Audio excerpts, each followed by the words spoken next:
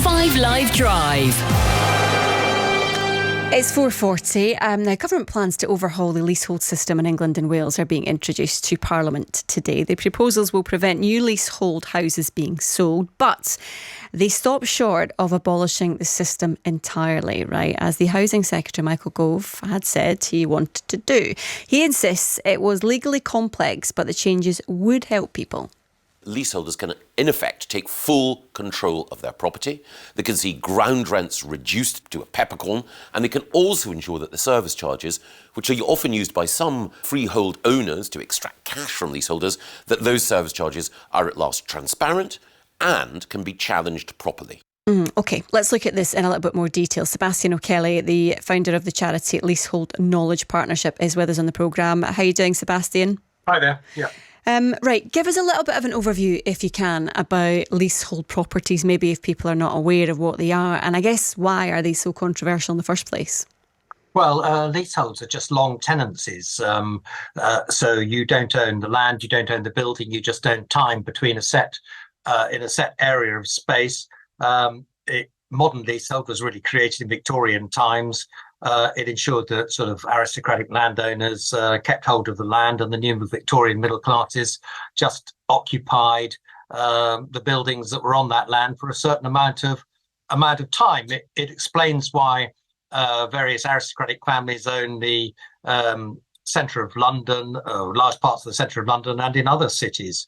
But unfortunately, whereas one duke and one earl is possibly bearable, we're now creating hundreds more of them because of the freeholders who own these new blocks of flats going up everywhere. And this new legislation then, what is it exactly that it's trying to do? Well, it's falling short of what it wanted to do, and the government is sort of bit on borrowed time. So it's not banning leasehold, which is a shame. It's banning leasehold houses, which have largely regulated themselves anyway, because consumers just said this is a try on too far, and we're not going to buy leasehold houses from PLC house builders, which provide an income stream for somebody else. There was no reason for houses to be leasehold in the first place, so it was a complete nonsense and try on. With blocks of flats, it's a little bit more difficult because it's the form of tenure which we're all used to in this country. But we've tried to reform it on numerous occasions in the past, and it still doesn't work. The lesson of that should be stop doing it. And although the government isn't banning leasehold for new flats, it is stripping out most of the income streams, if not all the income streams, for a freeholder who's investing in the freehold of a block of flats. So if you remove all the cash incentive for leasehold, it's not too great a leap for a house builder to say, look, let's stop doing this, create common hold like the rest of the world, including Scotland, or share of freehold for the flat owners so they control the building, not some mysterious and anonymous entity offshore, which is what's the norm nowadays. What would you say then to people who would be, I guess the flip side of that is there are people who are making a living, making an income from this, and they would say, well, it's perfectly legitimate in terms of me being able to make an income from my own land? There's numerous incomes which were legitimate once, which will come to an end, and I don't think you need to give you a history lesson on that. But when you think that these freeholders have bought the freeholds which are worth between 1% and 3% of the collective value of a block of flats, and yet are the building owner in law and the landlord in law with a hugely privileged position as a result, with such a paltry outlay of cash, they call all the shots, they appoint the management, and they enjoy all the perks such as commissions on insurance, and permission fees, right down to charging people 80 quid to keep a cat. Many people would think these powers that freeholders have are absolutely ludicrous. They don't exist in any other jurisdiction, including jurisdictions based on English law, and it's time to end them. Anna is alongside us. She lives in a 3-bedroom flat in London. Welcome to the programme, Anna. Hi, thank you for having me. Thank you so much for coming on. Give us a little bit of an indication, an overview of your situation. Yeah, I'm in a 3-bedroom apartment block in the East End. And basically, my service charges have gone up 81% since 2014. And I'm actually paying 81%. 81%, and I'm paying at the moment £33,000. That doesn't include, and that's a year, that doesn't include £900 in ground rent, and it doesn't include utilities. So that would take it up to about £40,000. This is a no-frills block. No cinema, no gym, no swimming pool, no, I can't think, garden, conference room. Basically, we went 16 days without running water, without hot water, 16 days. Right now, we've got one of our 3 lifts has been out of action for 10 to 11 weeks, and rumour has it it's going to be out of action for another 10 to 11 weeks. And the other 2 lifts, we don't know how long they will hold out. Basically, the building sprouts leaks like a tea bag. Some people haven't had their windows cleaned in 3 years. It's, I feel like I'm living under a cartel. It's absolutely shocking. And the whole system is propping up the entire establishment. We're going from freeholders, property developers, managing agents, lawyers, estate agents. Everyone is in on it. And it's taken too long to change. I strongly oppose the fact that, yes, they're making it a situation that all new houses will be freehold in future. So it should be.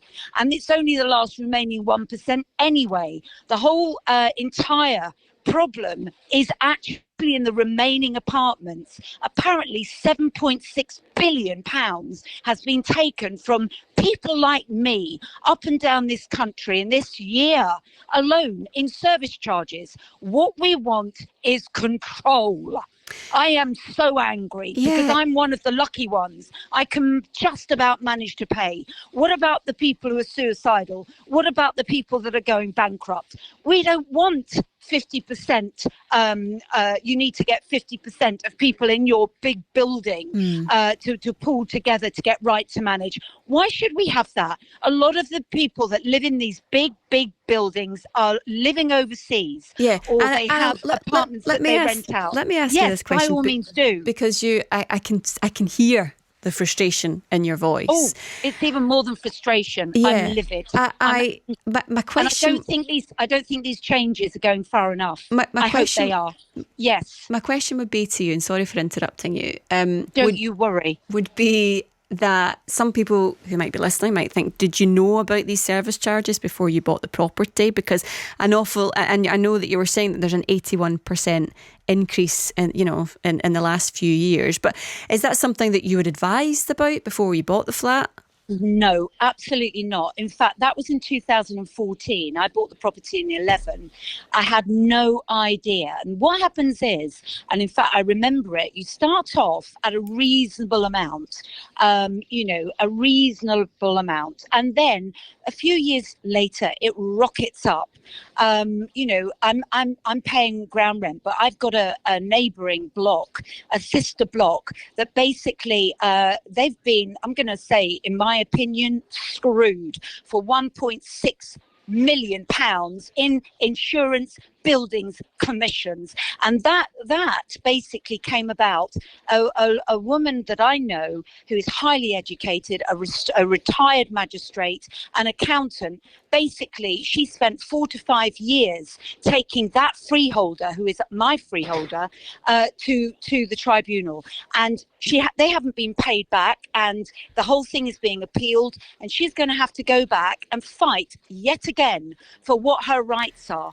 And it's wrong. There's a legal system. Yeah. You need to be highly educated to be able to navigate that. Yeah. And you need to put in bucket loads of money. Yeah. How does that make it right? We've had people that go and ask. I just want to bring in to be so angry. No, that's okay, and I'm glad you've had the opportunity to chat to us this evening. I just want to bring Sebastian O'Kelly back in, just because listening to Anna, that is an awful lot of money, £33,000 a year in service charges, not to mention the £900 in ground rent as well. I mean, is this an extreme case that Anna's talking about here, Seb, or is this something that we're seeing more and more of? Well, it's obviously quite a prime location.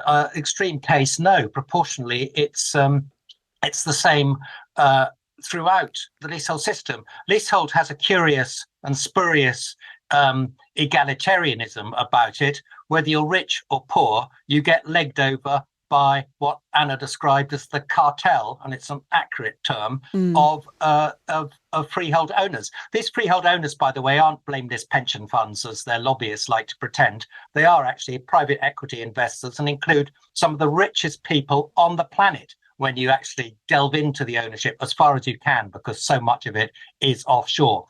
What I will call Anna out on, though, is not going for right to manage. If she's got any possibility of going to right to manage and isn't disqualified by too much commercial property in her site, she must go down that route. If you have right to manage, you have control of the service charge. You got people who've gone right to manage save 20% on their service charges straight off. You'll make all the decisions on the maintenance of that block. You've got to get in touch with those investors, no matter what far-flung corner of the world they live in, and get control of this block if you possibly can. Anna, we've only got literally about 30 seconds or so left. If you want to quickly respond to Seb. No, I'll absolutely answer that one. My neighbouring block, basically, they spent 5 years. They don't have ground rent. And you have to spend an absolute fortune. But most of the time in these tall blocks, the same as in ours, you have overseas residents and buy-to-let owners. And you cannot organise them to get the required amount of people to actually go to court. And then you need to build up a huge amount of money. What we want. Sorry. Just briefly, guys. Sorry, can I just interrupt you? Look, right to manage is a no-fault process. There is no going to court involved in it. We can't. So you can, if there are many sites in London and in other cities which have huge numbers of investors who are the leaseholders, and a determined group of people who are absolutely dead set on getting right to manage have pulled it off. I really do urge you to relook at that. I'll tell you what to do. I'll tell you what we'll do. Anna, let me just say this one thing to you, Anna, is that what we'll do is we'll try and make sure that we can hook you and Seb up together, and you can have this conversation just about how that might work for you. Would that be okay? Well, do you know the reason that we've not done that is because we don't qualify. We're above a hotel.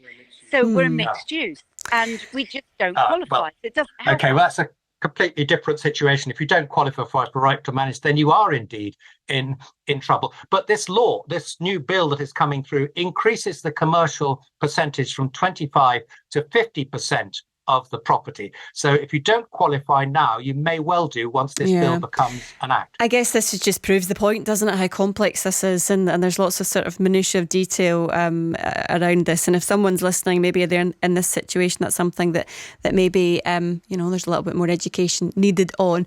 Sebastian, thank you very much for that. Appreciate your time. Okay. Sebastian O'Kelly, the founder of the charity Leasehold Knowledge Partnership, and that was Anna just talking about her situation.